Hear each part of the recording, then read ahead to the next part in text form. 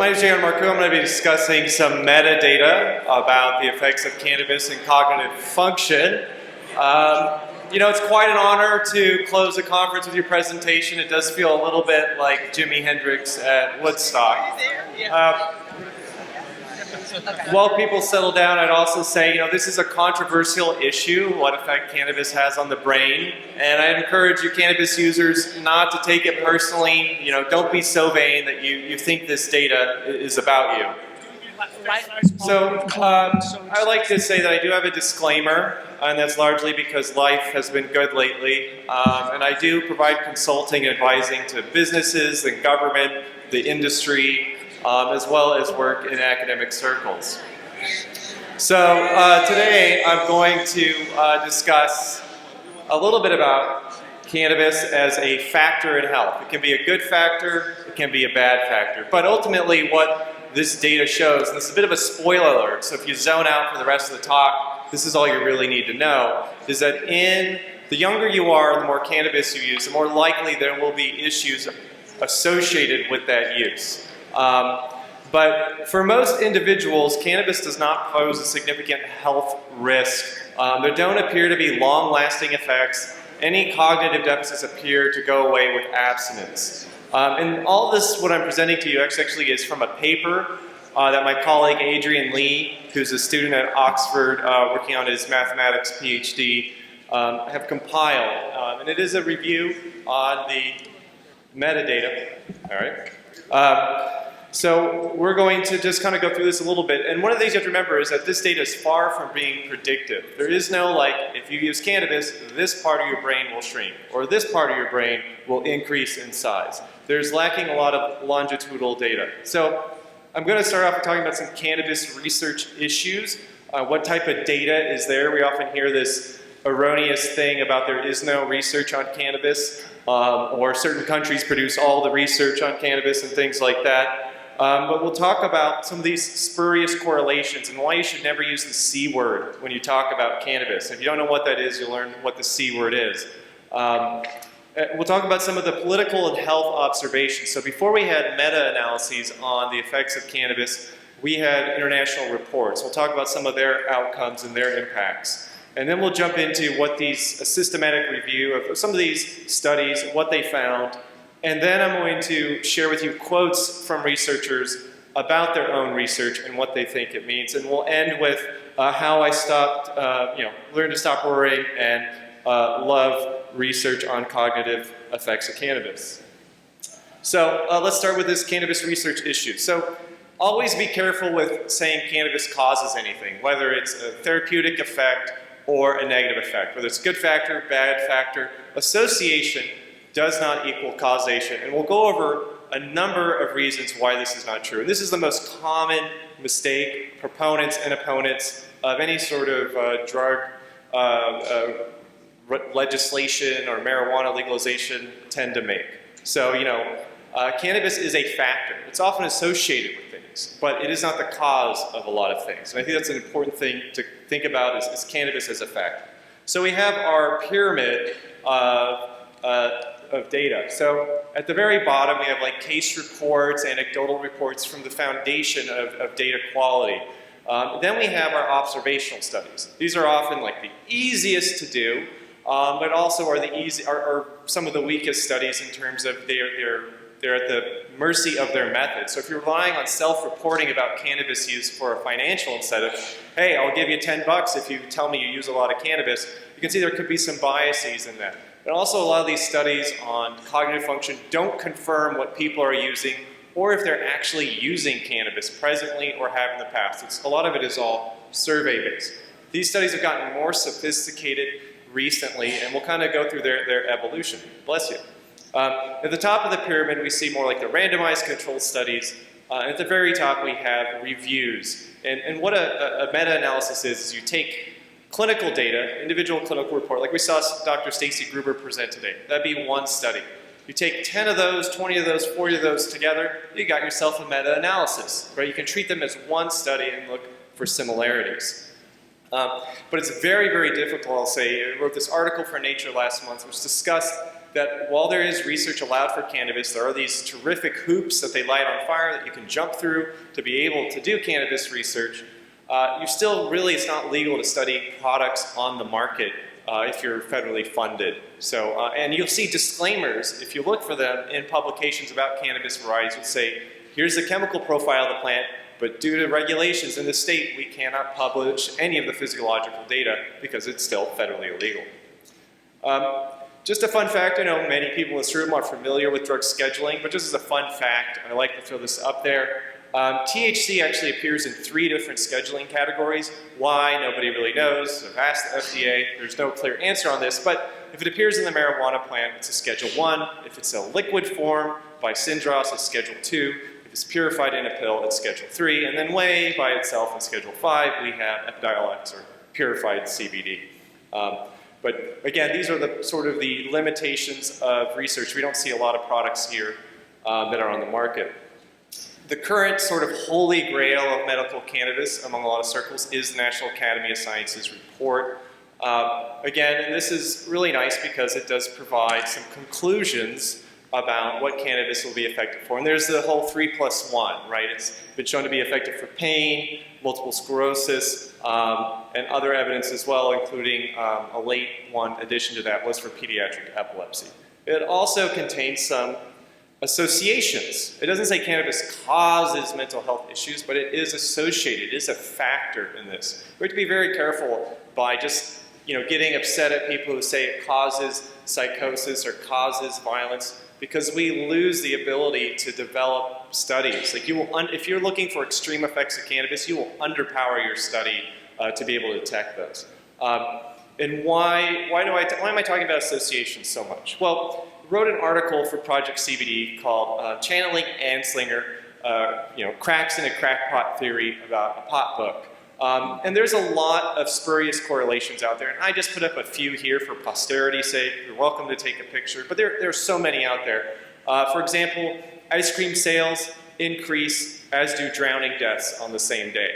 The ice cream sales are not causing the drowning deaths. There might be relations there. Having a high intelligence is actually linked to developing mental illness later in life. Getting straight A's in high school is linked to developing ADHD. This doesn't cause it, but it is linked there. So when we make these correlations and think about them, really, really think about it. I mean, high blood pressure is linked to violence, and high blood pressure isn't causing the violence. So there's some things to think about as you go out in the world and are trying to disentangle some of the messaging about cannabis, especially with what's going on with product safety concerns. Cannabis and its constituents are a factor, probably not the cause, but they are present. So we're going to talk a little bit about, and this is coming straight out of the paper, a review not only of the clinical cannabis and cognition studies, but what have we seen before these meta-analyses. And basically, these are the Commission and Academy reports. So the Indian Hemp Drug Commissions, which is a very short report, and with the digital access today, you can read an original copy of it online. But basically, it said, cannabis, there was a lot of cannabis use going on, and people were really concerned, thought it was the cause of violence and murders and mental health issues. It turns out that the Commission concluded it wasn't, and that cannabis use was far more widespread than anyone had ever considered across class, across religious values, and across cultures. Following up to that was the 1925 Panama Canal Zone Report. And basically they concluded a very similar thing. This is not the cause of all society's ills. And they shortly, briefly allowed military personnel to carry cannabis on them because of the perception. Shortly after that, in the US, due to concerns of, this is when you saw kind of Henry Anslinger rising to fame, and his ilk saying things like, you will use cannabis and you'll fall under the influence of listening to jazz. And they say, we have to do something about this. And this was the first time you ever saw cannabis or hemp being described as a narcotic. Words like addict and addiction were replaced by immoral street user and dope fiend. And we start to see these gears sort of turn into how people discussed and perceived it. And it was blamed for causing a lot of societal issues. We fast forward to the LaGuardia Report, which is Again, Fiorello LaGuardia was a beloved mayor of New York. His name actually literally means little plant. And he commissioned this report done by the National Academy of Sciences and found that there was nothing to substantiate these claims about cannabis causing negative effects. Shortly after that, there was, under Nixon, the Schaefer Commission report, as it's commonly known. Another beloved politician said, you know, after doing their own research, looking at all available evidence, they said it should be decriminalized, and it doesn't constitute a major public health threat, which is why it ended up in Schedule 1 shortly after that. So it's, you know, disconnect between the science and the policy there. Fast forwarding, I'm going to skip one of the National Academy reports from 1999, but the most recent one, as we know, has shown that cannabis is effective based on looking at, you know, tens of thousands of articles on the subject. So what about cannabis use in the brain? Well, I'm going to go through a little bit of a history here and take some liberties with what these people may have said a little bit. This is our clinical distillation, and then I'll share after this, like I said, quotes from the researchers from their own articles about this stuff. So Nadia Soloui, who is a brilliant researcher, threw the gauntlet down in 1999 with her book, Cannabis and Cognitive Functioning. There was really nothing available at the time. I have even used this handbook to design studies around memory retention and reaction times of cannabis. It's a very useful book. But it did conclude that the weight of the evidence suggests that, you know, cannabis does not result in any severe or gross debilitating impairment of cognitive function, right? Regardless sort of the amount of use. Now remember, these are just surveys, people who are admitting to using cannabis, and they're putting them through a battery of cognitive and IQ tests. Following that study, another person said, well, you know, there are metabolic changes when we look at all these observational reports, but there's so many discrepancies. Like some cannabis users, their IQ increases over time, some decrease. What, you know, this is one of the things, is there's a very poorly done study that talks about cannabis users experience 8 points of IQ decrease over time. If you look at the statistic on that, it's plus or minus 8 IQ points. So they have the greatest increases and the greatest decreases over time from the group. So a lot of discrepancies.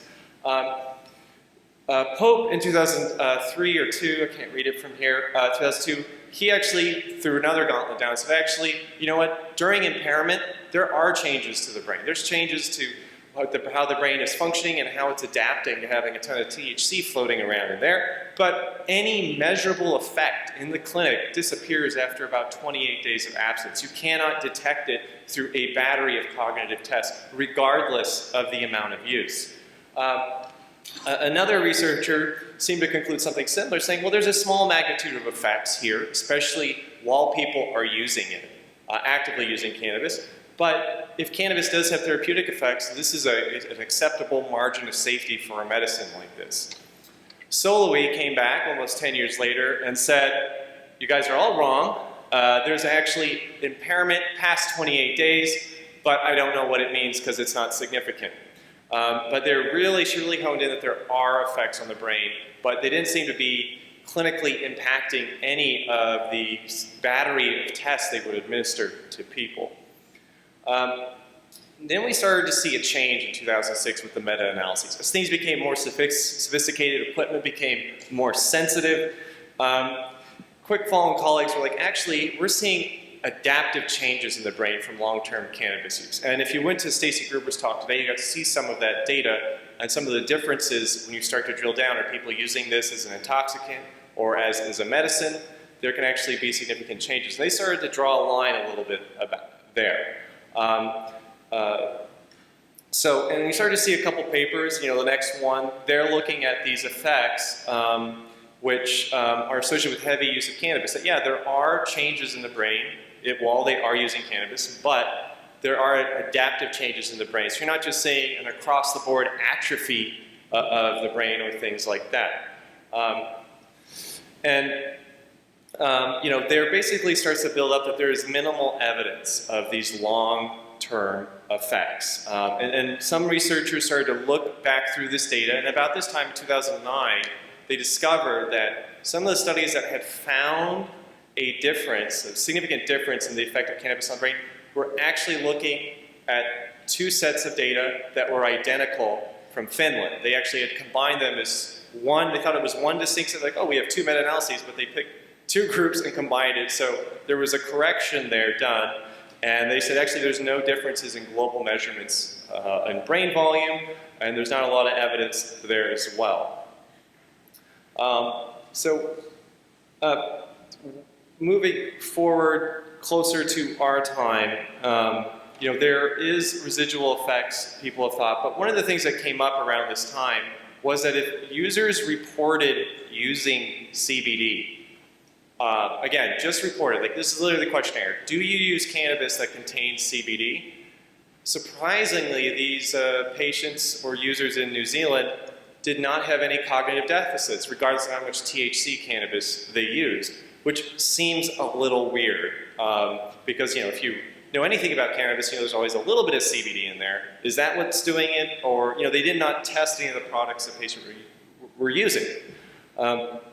So again, we start to see more refinement of these things. People are, again, really thinking about what abstinence means from cannabis due to its half-life in the body and how long it stays there, not seeing cognitive impacts after abstinence.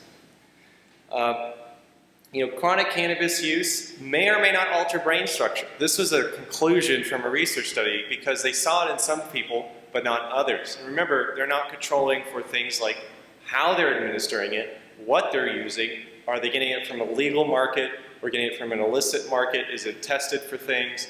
They're not even confirming if they're actually using cannabis. And a lot of times these are confounded in some of these studies that I'm sharing here more recently, because they would go to New Zealand and other European countries and do these studies to try and see if they could find the same effects.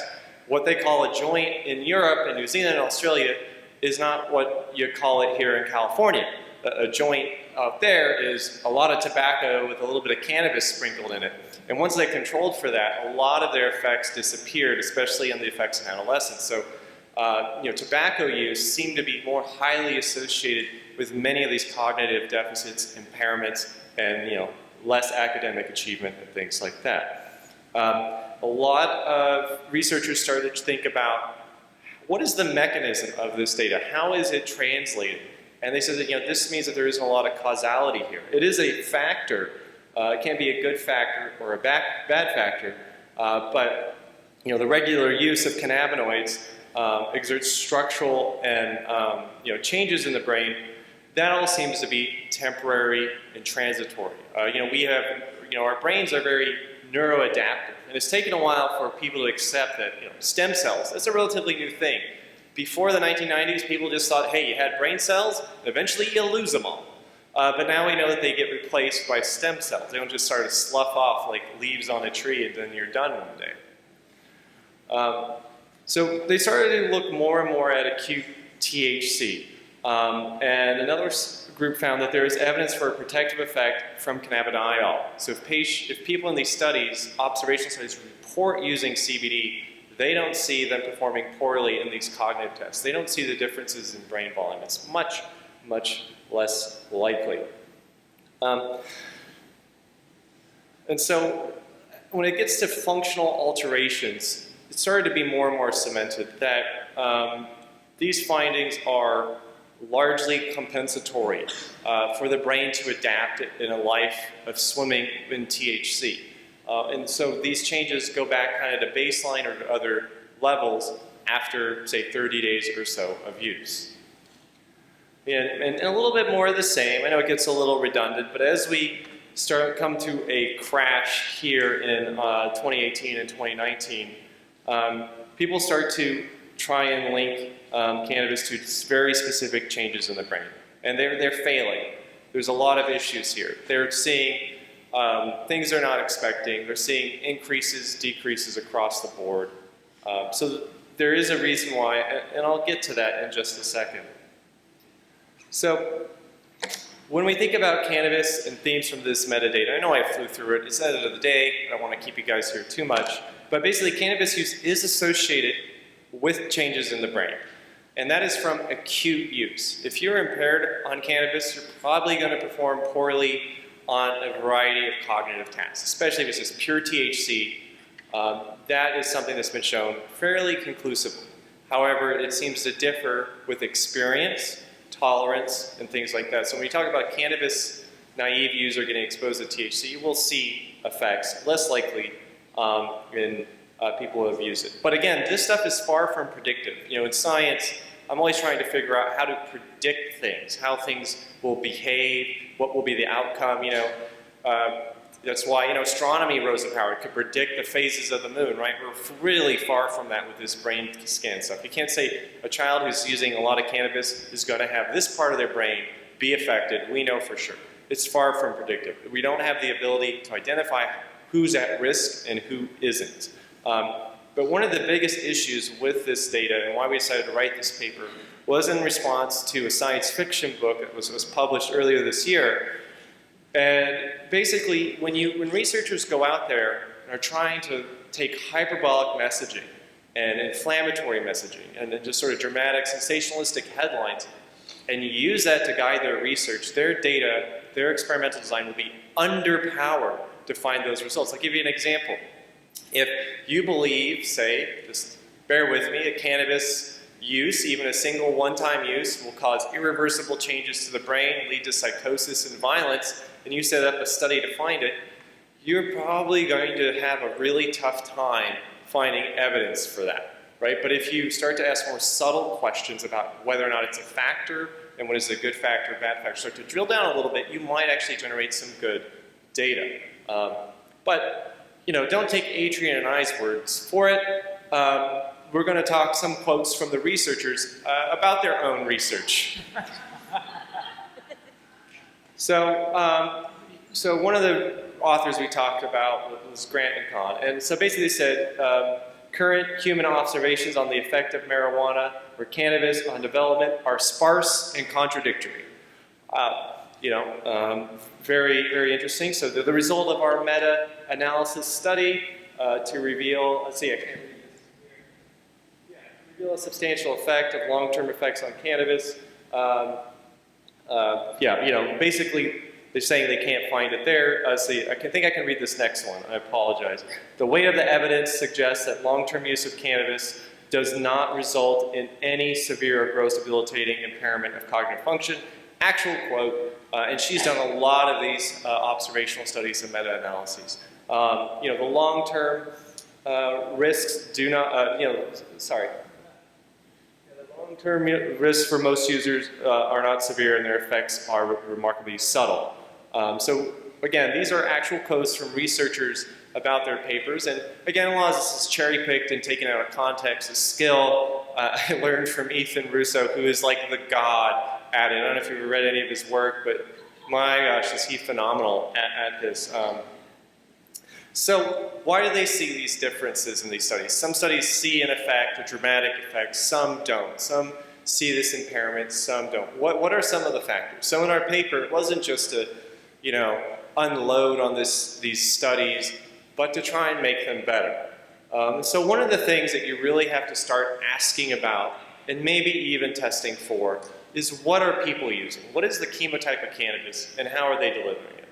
Another really overlooked aspect is genetics. Genetics, especially pharmacogenetics, the mouse swab stuff, is dirt cheap. It's easy to do. It's rapid. You can some places do it in-house. We collaborate with a sexual health clinic in New York. They have on-site genetic testing for certain markers. This is really easy to do. And the reason you want to do this is how fast you metabolize THC could play a role in how often you use it and the effect. So there's a whole spectrum of people. You have low, people who metabolize stuff really, really slowly, and you have stuff who metabolize stuff really fast. If you're using cannabis, just conceptually, one person might be able to smoke 20 joints a day and not feel it, while one person might have a little bit of cannabis that stays in their system a really, really long time.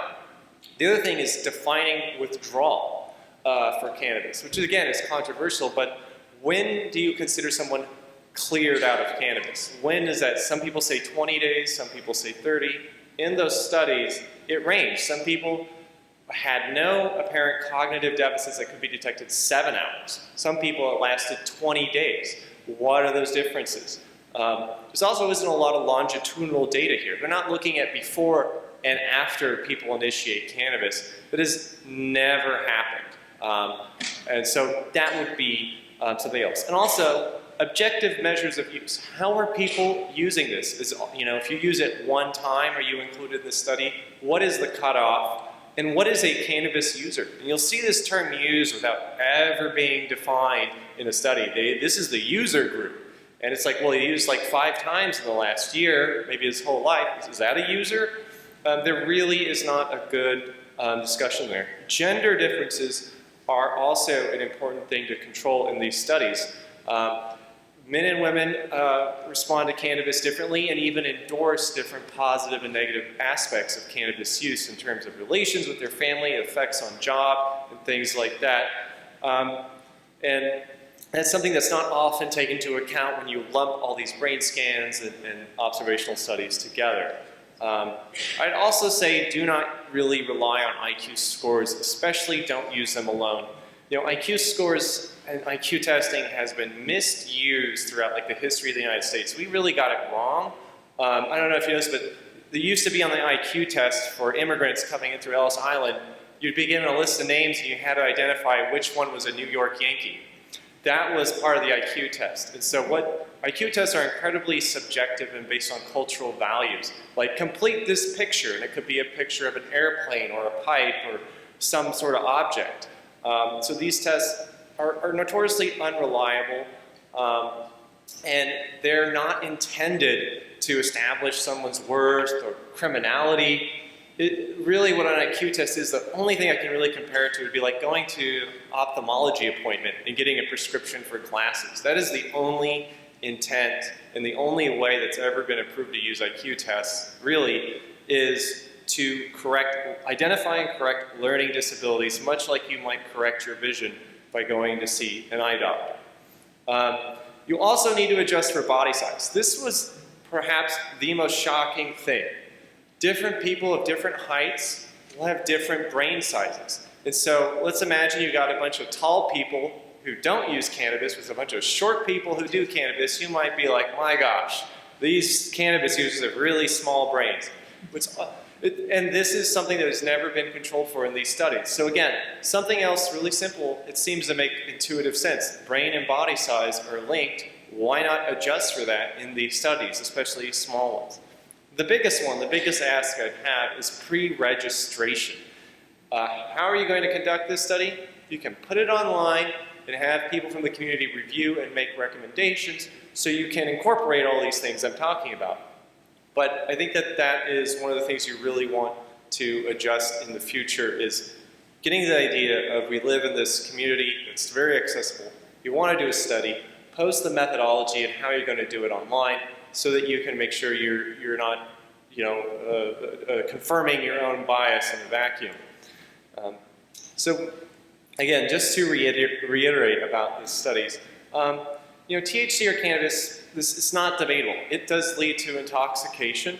It is associated with impairment and temporary alterations in brain signaling. If it wasn't, it wouldn't have therapeutic effects.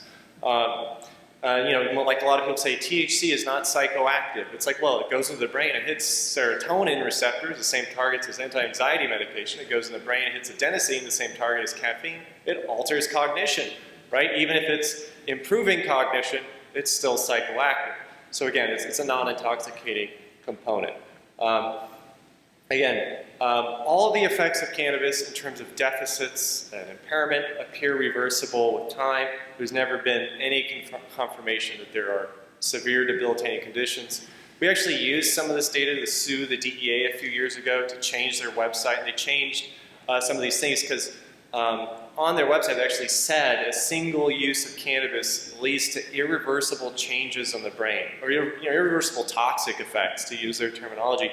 But in their denial of the petition to reschedule cannabis, they actually cited other research that said there were no lasting cognitive impacts. And in the case, we basically said, well, which is it? Are there no lasting impacts from cannabis on the brain, or does a single use permanently change the brain? There's about 20 points that they ended up changing on their website in terms of claims about these things.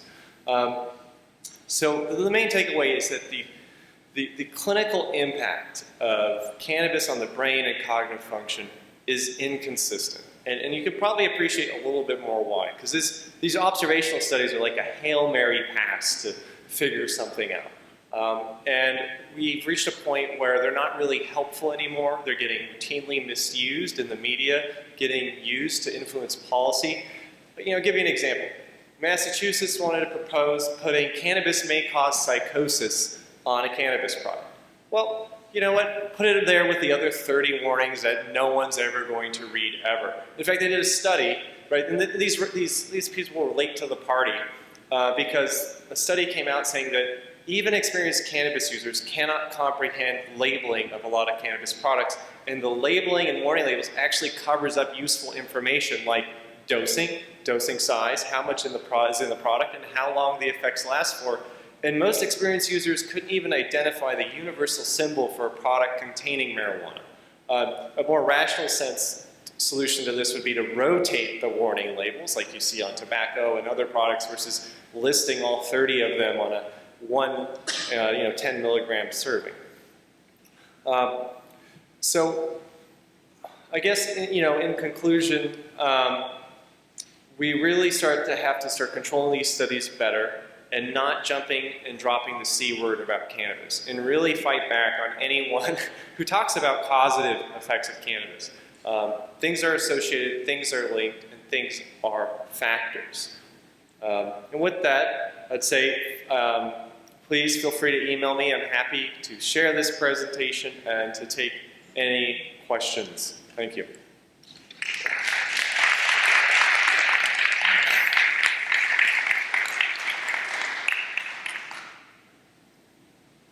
Well, I've answered all your curiosities about cannabis on the brain. Good job. It's my first time ever giving this talk, so that's pretty good. All right. Yeah.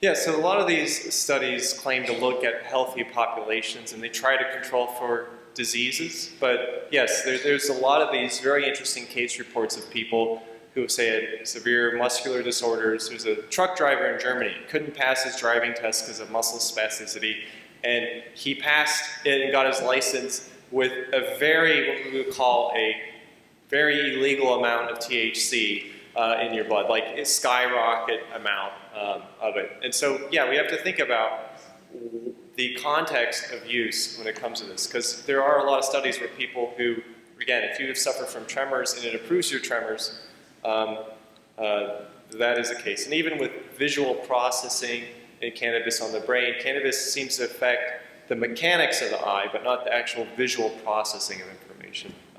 That is a great point. Yes, sir. Hi, Christian Saucier. When you do your meta-analysis, how do you factor in the political environment, right? Because we've seen it in your own slides, we've heard it a few times, I think, in the conference. You know, a lot of it is about the governor and the rules that he puts in his state or hers, and you end up with a lot of skewed science, essentially, apparently, according also, I believe, to some of the examples you were given. So when you do the meta-analysis, do you classify politically, which gets obviously very dangerous? What do you do with that data? How do you interpret that? Yeah, that's an interesting question. Ultimately, you want to start thinking more about how do you generate scientific information that will actually influence policy. And this is very difficult. I don't think there really is an answer how you factor in political information. You can definitely tell when you read some of these papers, like, man, they have a chip on their shoulder about this issue. There are implicit biases, and I think, as humans, we're kind of evolved to look for patterns, and people are being really lazy out there with a lot of this data, to be quite frank. Hey, nature is lazy, right? That's what Mishulam said. So is human nature. And so part of that, I think, is by not being lazy and by doing your due diligence around this work. because it wasn't the researchers who combined the same population twice that were like, oops. They're like, well, hey, this is politically good for us to show this effect. So it was other researchers who had the guts to step up and say, actually, you made a mistake here, let's correct this. So I think if you find a mistake in the literature, you find a mistake out there, you know, it happens all the time. Something that people just accept, something they hear all the time, they just don't question, it gets cited, repeated. You know, I think that's what it's going to take. And more people are being more comfortable with taking those stances. Yeah. So I'll assume that motor impairment also varies greatly among individuals, including, you know, their abilities to drive a car. I also understand a breathalyzer is also about to hit the market. So, you know, is that technology that whatever we're going to face, is it going to be accurate, or a lot of people going to be swept up or not impaired? And what are we looking at in that realm? I think there is a use for those devices, but it also, you know, begs the question of, there are really, aside from alcohol, just to speak simply about blood levels, no other pharmaceutical drug, blood levels do not correlate to an impairment. It's very surprising, right? There isn't, if this was the case, we'd have a benzodiazepine and opioid roadside sobriety test, right? Doesn't exist. Why? Because blood levels do not correlate to impairment.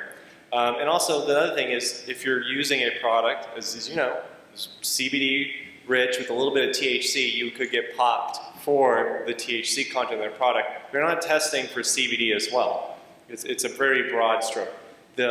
Some of the ones that concern me are definitely false positives you might get, especially the mouth swabs. Like, you might never have touched cannabis, but be around people, the vapor vampires or the people just chain smoking cannabis, and you could fail one of those mouth swab tests. But they do have I think they do have their applications and potentially looking at recent use, but there still are some issues of how do you address the false positives and what's the goal here. We did a study with the American Chemical Society that we talked about, where we suggested that the roadside sobriety test that's already used, the horizontal gaze and the 3-point turn and walk, is actually more reliable than urine or blood testing at detecting impairment for all substances. I mean, you could be too sleepy to drive. You could still be classified as impaired. So there are a number of reasons there. But as a confirmation about the substance that people were using at the time of being impaired, that's probably its ultimate use. But I think those devices have a long way to go.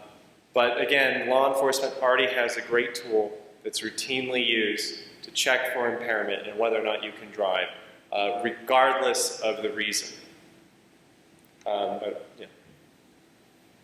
But I will help anyone develop a breathalyzer that is looking to do it. Yeah, and I think their use clinically is also potentially, like in these observational studies, if you could confirm quickly whether or not people are actually using cannabis and participating in the study, that'd be a great use of these devices, more so than looking for intoxication. But, all right, is that it? Okay, thank you so much.